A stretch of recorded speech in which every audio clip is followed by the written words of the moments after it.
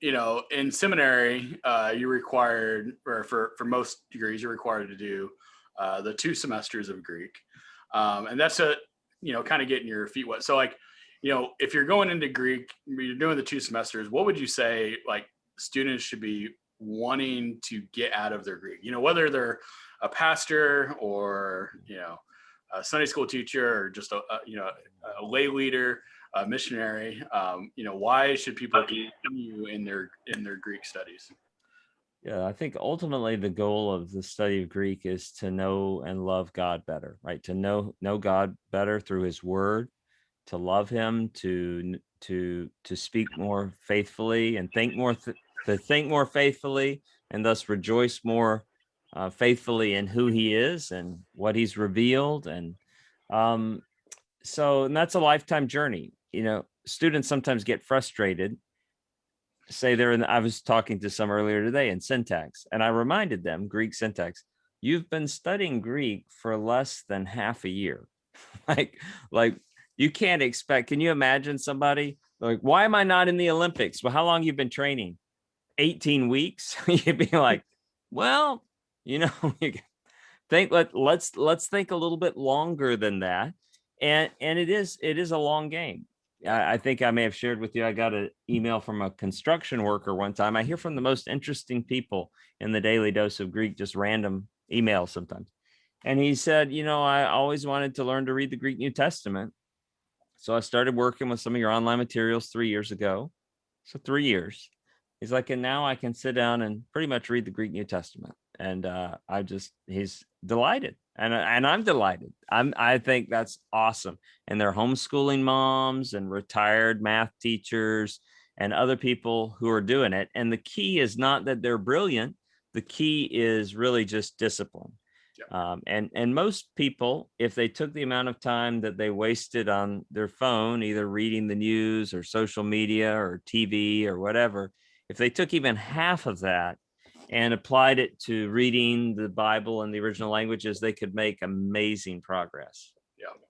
Yeah. One of the things I tell students when I'm teaching is, like, the goal is just being able to sit down and think in Greek and be able just to read.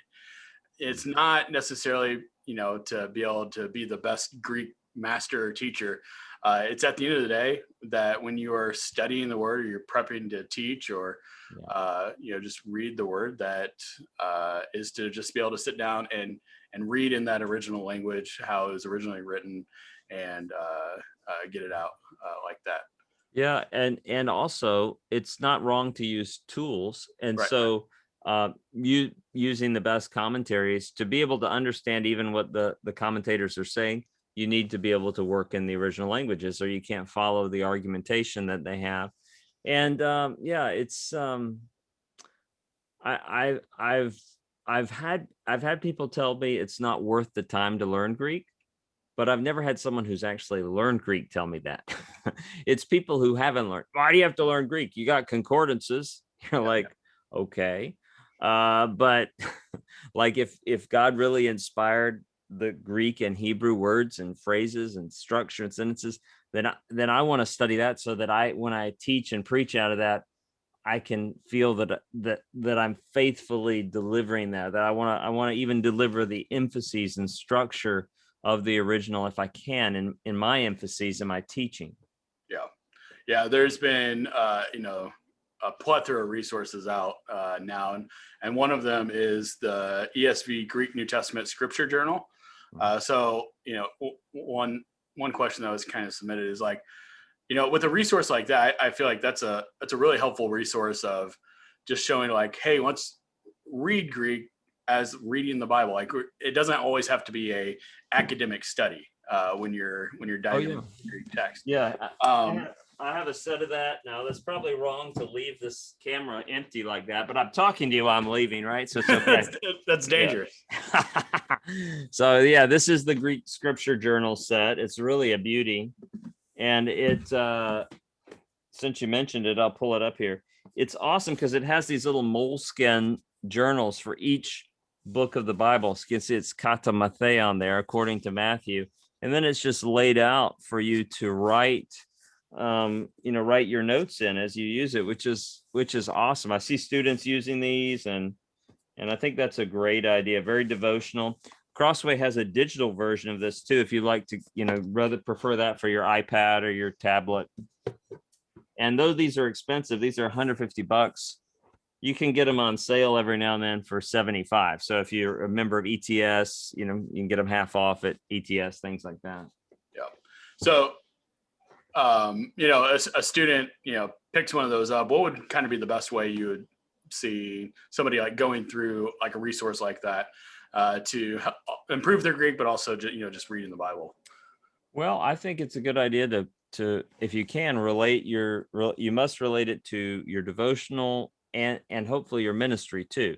So let's say there's a preacher who's on Sunday nights at a Sunday night Bible study teaching through the Gospel of Mark. So just make yourself do your preparation in the Greek of Mark. At first, it might be a little more work, seem like it's taking a little more time, but it will take less time along. There's never been more resources. I've gone through every single one of the verses of the Gospel of Mark in the daily dose, and also Philemon and Revelation. So you might choose something where there's resources. You can say, I can just go on here if I'm confused and click on it and listen to a little explanation, and then overflow through your teaching in your Sunday school class, or even just through your informal relationships, overflow with what you're learning, so that there's fruit, spiritual fruit for you, spiritual fruit for the people to whom you're ministering. It's not just an academic exercise. I think that's what will keep you going for the long haul. Yeah. So I know one of your heroes is H.E. Robertson. And he has the classic massive grammar. Yes, he does. And we have here, we're unveiling, if people don't know, and the A.T. Robertson Secret Society, we do have a t-shirt with his picture on there. Very and nice. On the back, yes, it says, I love Greek with all my splachna, with all my guts. Yes. So that is the Secret Society t-shirt. Yes, and he wrote a gigantic grammar. Yeah. Yep. Yeah, and then he also has, which I think many students get, because in Bible software, it oftentimes comes with like the base beginner package, the the word pictures in the Greek New Testament. Yeah, which is in the public domain. I think you can get that a lot of places. Yeah. So I know students often come to that and want to use that. How would you weigh a resource like that is older, but still by a great New Testament scholar, compared to some of the newer resources? Where would you place that in how students should utilize it? Yeah, I honestly, because to give a short answer, I think it's of limited value. The Baylor Handbook series, the Egg and Tea series are much more useful.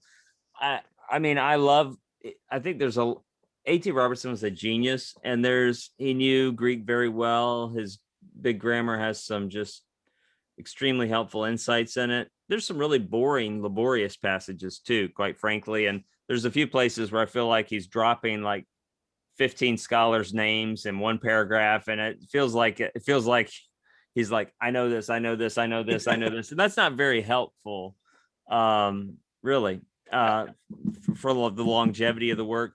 Word pictures, when I look, I've used it some over the years. It's of limited, you'll go through a few pages and find like a little nugget. That's very helpful. But then sometimes it's almost like stream of consciousness.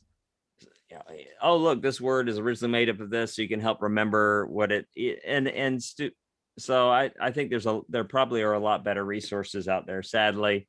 So it's sorry, memory of A.T. Robertson. His office is literally about 20 yards in that direction. So well, it is helpful to hear an honest thought on like a resource like that is widely available. I think I know when I was like starting seminary, it was like, oh, this guy, he taught at Southern, so like I'm going to use this resource. I remember looking at it even before I knew Greek, and I was like, I feel like I should know this, but I can't understand what's going on. Yeah. So maybe the emperor has no clothes. Yeah. Not that bad, but it's not.